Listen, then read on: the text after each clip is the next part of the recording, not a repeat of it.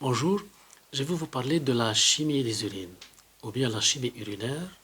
On l'appelle aussi bielapstics ou le lapstix. En fait, c'est un test fait à la bandelette urinaire, cette tigette ou une tige sur laquelle il y a des carrés qui fixent un produit quelconque au niveau des urines. La bandelette urinaire est un test courant utilisé en médecine, mais on doit faire attention aux résultats, à l'interprétation des couleurs, à la conservation de la bandelette et à l'usage ou bien qu'est-ce qu'on a comme résultat. Premièrement, la bandelette urinaire sert comme un moyen de dépistage. Ce n'est pas pour le diagnostic. Elle va détecter, c'est un indicateur qui va détecter certains paramètres. Il y a 10 à 12 paramètres, entre autres le glucose, les protéines, le pH, les corps cétoniques, le sang, etc.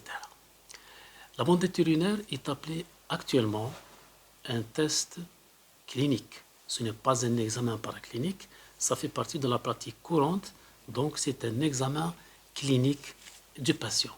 Il se fait au lit du malade, se fait cette chimie des urines directement lors d'une consultation externe ou bien une consultation à l'hôpital. Les urines sont émises fraîchement sur la bandelette ou bien dans un tube à essai dans lequel on va tremper la bandelette et on l'interprète à partir d'une vingtaine de secondes jusqu'à 2 minutes pour les protéines. La bandelette urinaire est d'usage courant chez tous les médecins, même le paramédical. Le paramédical fait la bandelette urinaire, mais ce n'est pas pour chercher le glucose ou bien le pH ou bien les corps cétoniques chez le diabétique.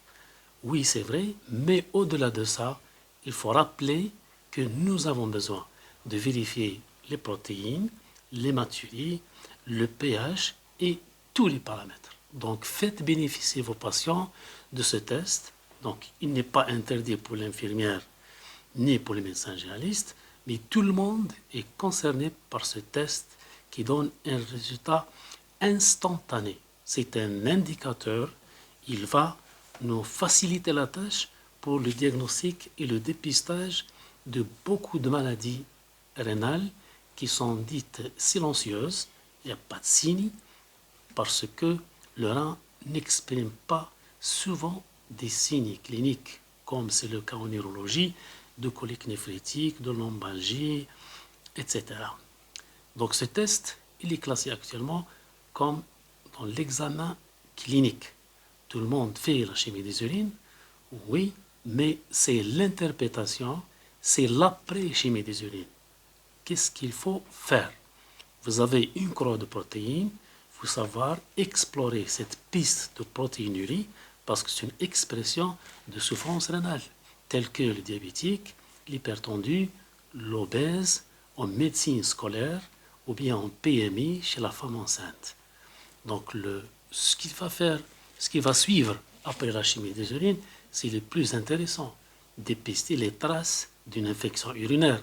La bandelette urinaire ne vous donne pas de diagnostic de l'infection urinaire. Elle va vous orienter vers les stigmates d'une infection urinaire, parce que l'infection urinaire, ça se confirme.